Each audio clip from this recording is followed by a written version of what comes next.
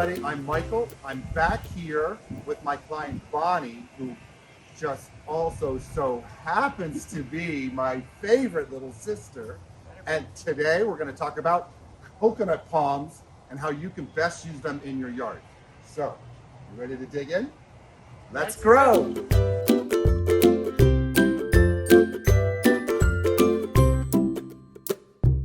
The coconut palm goes by the botanical name Cocos nucifera, and it is native to the South Pacific region of the world, but they have been naturalized in many different continents and countries throughout the world. It's a beautiful tropical palm. It does not grow north of probably zone 9. You can get, I've heard of them growing just a little bit north of Stewart, and you can grow them up to Bradenton, possibly in Tampa. But you got to have it close to the Gulf, because hard freezes are going to kill this palm. But it is a wonderful palm. But you always have to remember putting the right plant in the right place. The coconut palm is a beautiful, large, single trunk palm. It has a smooth columnar trunk, and it can curve like this, depending on how it grows in its environment. If there's trees or other palms near it, you'll start to see these start to do these beautiful arcing curves. It has the trunk has a grayish color, as you can see, and these can get up to about 80 feet tall. Bonnie's and Rob's is about 35 feet tall, and it does tend to get swollen at the base. The trunks can swell at the base. Certain varieties tend to swell more at the base. The Maypan has a much more fat base, but they have some ground covers that we planted underneath it, so you don't really see the base of the coconut palm there. And sometimes at the base of a coconut palm, you'll see some roots come out, and they're kind of fibrous. And you can plant palms pretty close to a home and not worry about the foundation. You don't necessarily want to have palm fronds and coconuts hit your roof line, but they don't tend to have aggressive roots like you do have with the dicots. The leaves are pinnate shaped, and we'll go up close so you can see them. And they make this wonderful rustling sound in the wind. I don't know if you can hear it now. You'll hear some background noise, but they're wonderful leaves are every brochure you see for traveling to the Bahamas and other tropical regions always has the coconut in it, because it's such an exotic looking plant. Flowers, or the inflorescence, will come out in a spear shape, and you can kind of see one, and I'll zoom in up close. You can kind of see it up there. It looks like kind of like a canoe. And those have these wonderful creamy yellow flowers. Like I mentioned earlier, bees are attracted to them, and then they will get pollinated and develop into the fruits. And we'll zoom in. You can see a few right up in there, but we'll zoom in so you can see them up close.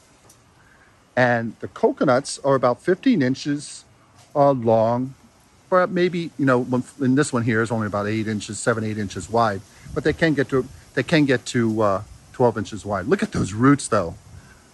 Look how cute. Isn't that cute? It's adorable. When the seeds mature, they look like this, and they fall off. And as you can see, if they land in a soft area of soil suited for them, they'll root and take off. And this one actually was rooted in the backyard there, where Bonnie actually pulled it up for us to see. Look at those roots. And so this is a really cool fruit, because like we mentioned, coconut oil is derived from it, and the coconut core is inside of that as well. And you also have this wonderful fleshy layer inside the coconut, which is called the meat, or the copra, and that is the part that you can use for coconut cake shavings, There's also the coconut milk within this, and also the coconut core, which is really useful for us as a new growing medium, or a growing medium in lieu of Canadian peat. Now, speaking of some issues, Bonnie is holding the coconuts themselves, which are the seeds, the fruiting seeds of the coconut palm. So what's your concern? Well, they are very prolific, so you have to make sure you trim them Always someone often, in the room. because this Debbie one Downer. has been trimmed probably 4 times this year. It has about 100 coconuts that it gives off, and they are literally projectiles that want to kill my puppies. So we have to constantly have your kill. puppies died? Not yet. Have they been hit? Close. Have you been hit? very close. There's so much literature out there saying everyone dies from coconut palm seeds. You can't plant them and stuff. Okay, you know, everything has got to be risk management. Like a palm frond from a royal palm weighs more than a coconut. It weighs like almost like a sack of concrete. They're very heavy, between 60 and 80 pounds, that sheet. So, and those things fall a lot more than these seed pods. So on controlling, back to Bonnie's concern about these being projectiles, which they can be, again, risk management, you can always cut the inflorescence with a pole saw, and you want to catch them when they first come out. They're going to come out with this little sheet, this little arcing sheet, and it's going to look woody like this, and then it's going to open, and it's going to be these beautiful little flowers. Bees will go crazy for it, and what you want to do is cut that off if you don't want to have any coconuts. Now, if this is near a pool, which it is, it's sometimes a good idea to cut the ones that are closest to the pool, that inflorescence, all those flowers, cut them off, because those will drop in the pool and make a mess of your getting into your skimmer and stuff. There are several varieties of coconut palms you can choose from. There's the Maypan, which gets a very thick base to it. There's the green Malayan, which you see before you here and in the background. There's also the Fiji, which is a dwarf version that's come out. And one of my faves is the golden Malayan. It has this wonderful golden yellow to the seed, the coconut itself, before it drops. And as it drops, it gets this yellow color. It will turn brown over time, but it's yellow up on the top of the palm as it's ripening. It turns this bright yellow. And also the midrib of the palm on the golden Malayan also gets this yellow orange cast. Beautiful, beautiful palm. Now that is not to be confused with lethal yellowing, because lethal yellowing, the palm starts to deteriorate and turn yellow from the name, because there'll be either a mid palm frond that will start to turn yellow, but it's a different color yellow than what the typical golden Malayan has. It's more like a leaf that's dying, and typically your older leaves on a palm will brown and die. That's just a natural process of growing. But on lethal yellowing, they start to do that up here. And that's a telltale sign, as well as necrosis of the inflorescence, or the seed, over here, the seed production. You'll start to see the nuts start to fall real early, and all the inflorescence fall when they're really the little seeds before they start to grow into the big coconut. They'll start falling off the plant prematurely, and then you know you have a problem, and that plant is almost 100% doomed to die. It's a goner, and you need to cut it out, which is such a shame. But there are other varieties that I just mentioned that are very, very good to use in your garden. The green Malayan here is lethal yellow resistant. The golden Malayan is lethal yellow resistant. The Maypan is lethal yellow resistant. And the Fiji dwarf is also resistant to lethal yellowing. And there are some other varieties out there as well. But that's good news, is that nature and the growing industry has found cultivars or varieties. The Maypan being the Malaysian mixed with the Panama tall, that's where the name came from. And that one started to show, when they started doing studies on it, when they're trying to hybridize the palm to find ones that were resistant to lethal yellowing, that's where the name came from, the moniker. And we have them all through South Florida today, growing in various gardens everywhere. So now that we've talked a lot about the palm, let's talk about plant care. The coconut palm wants to be planted in full sun or part sun. It's going to do best in there, but they can grow in areas, and we'll pan over and show you in Bonnie and Rob's backyard where it's growing under a very large tree, and they can still handle partial sun, no problem. It's really, really adapted to growing in many different sun and shade type conditions. They do prefer more sandy soil.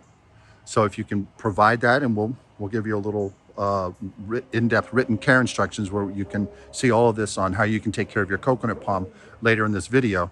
But they do want a sandy, loamy soil to do best, but they can grow in a wide variety of soils. They're very, very adaptable in that regard. They do want regular watering if you have an irrigation system, but you don't need to, because these grow along the beach where there's just regular rainfall that hits them, and they still survive. But they'll do a little bit more robust growing if you have an automatic irrigation system, watering up to 3 times a week. They'll do fine. You don't have to overwater them or baby them. You don't really even need to fertilize these once they get going. You can put a simple 20-20-20 down to help them, but these guys are very, very tough. You don't really need to do much in that regard. The pests, that's the main thing I want to talk about, is that plant hopper, or leaf hopper as I call them, that is the vector that injects that bacterium. But these have a resistance. There's none of them, I think, that are 100% resistant to lethal yellowing. There is no cure yet that I'm aware of. So you do have to know that that's probably the biggest pest. You can get some palm scale, you can get some other insects, but the main thing that most worrisome to me is whenever I see a mid leaf start to turn yellow, then I know it's got lethal yellowing. That plant's a goner. Coconut palms can handle a light freeze, 32 degrees, for maybe a period of a few hours when a really bad cold front comes through. But if you have anything prolonged or even just above that over a prolonged period of several days, you can have severe damage to the palm trunk and leaves, and it could possibly kill your palm. So that's why this palm doesn't tend to grow north, where we start having hard freezes up from like the Kissimmee, Ocala area and further north. The cold will just start to degrade the palm, and they don't do well. These are tropical plants. Another thing I'd like to mention is that these palms are great for handling storm events, and these fronds will bend in the wind. And so when a storm comes, you can see these will all tend to move in one direction wherever the wind is coming from, and they just allow the wind to kind of rustle through, or the winds will just pull the leaves right off the palm and the palm still survives. Coconut palms are highly salt tolerant, so they're ideal on beach conditions. If you want to plant them along a dune. You'll see that in every postcard down here in South Florida. There's always a coconut palm out there on the beach. They're very, very tolerant of salty conditions. And now with that, I'm going to rotate over into in-depth care instructions so you can get all this information written out, and you can take a screenshot if you'd like. And then we'll come back and do a quick closing at the end. All right, let's go into that step.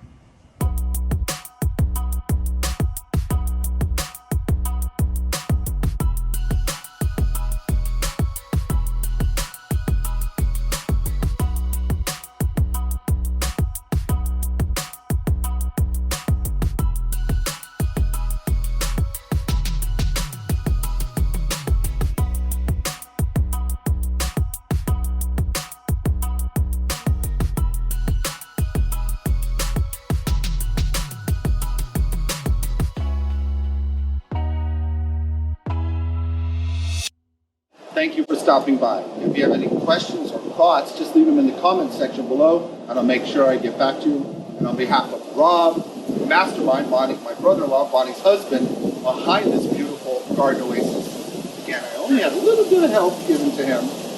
And their puppies, Cody and Cooper. We want to thank you so much for staying and watching this video. Until the next video, bye. If you found value in this video, hit the subscribe button and the notification bell. We post weekly. Thanks.